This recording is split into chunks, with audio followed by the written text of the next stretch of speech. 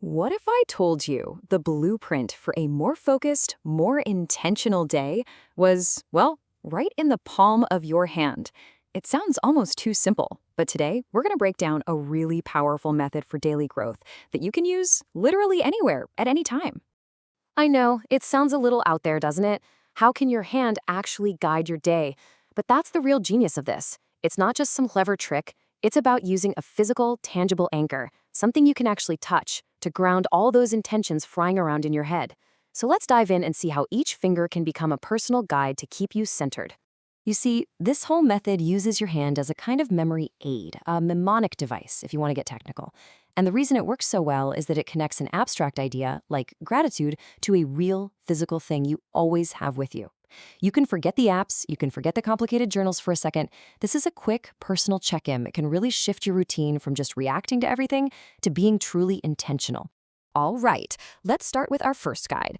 And it only makes sense that we begin with the finger that's physically closest to you, the thumb. Think about it. Your thumb is what you use for a thumbs up, right? It's how you grip onto the things that matter. In this method, it becomes your daily prompt to practice gratitude. And there's some real psychology behind this.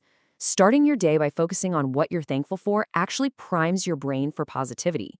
It sets a completely different tone for everything that follows. And look at how simple this is to put into practice. We're not talking about grand, sweeping gestures here.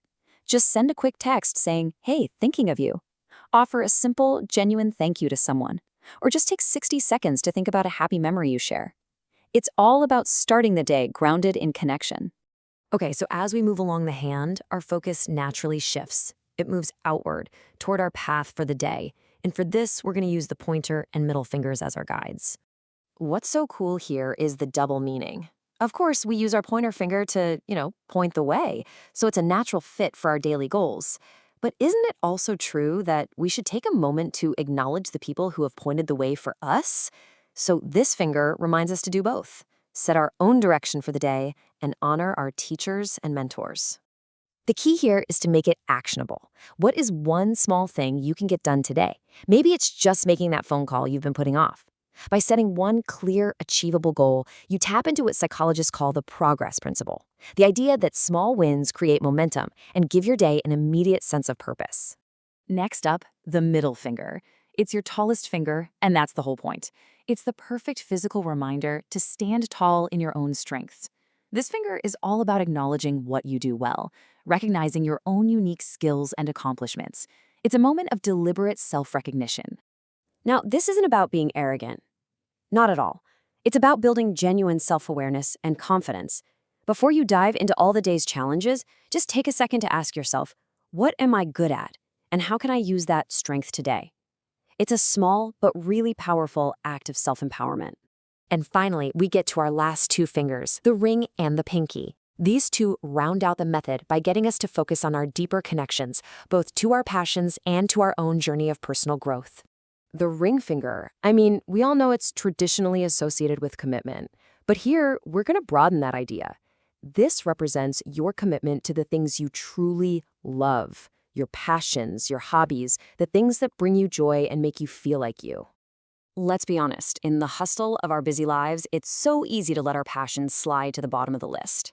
The ring finger is your prompt to intentionally carve out even just 5 minutes for something you enjoy.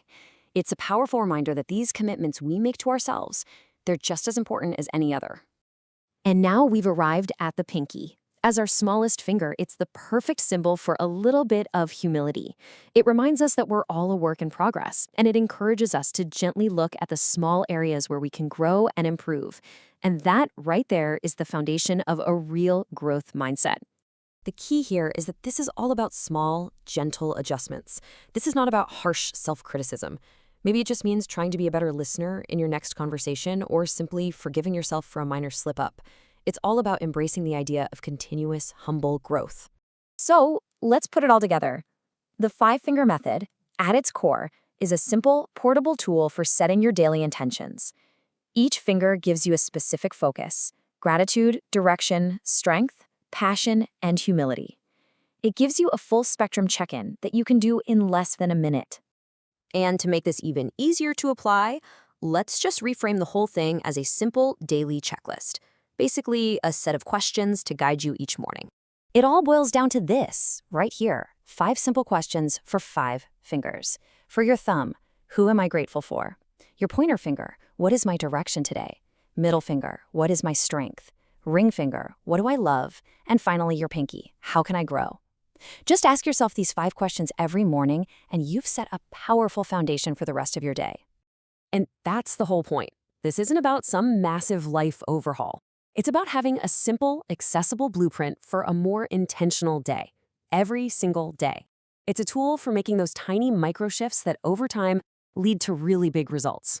So, take a look at your hand right now. Seriously, as you go about the rest of your day, which one of these intentions will you choose to focus on? You don't have to do them all. Just pick one finger, one question, and just see how it shifts your perspective. The guide is already in your hand.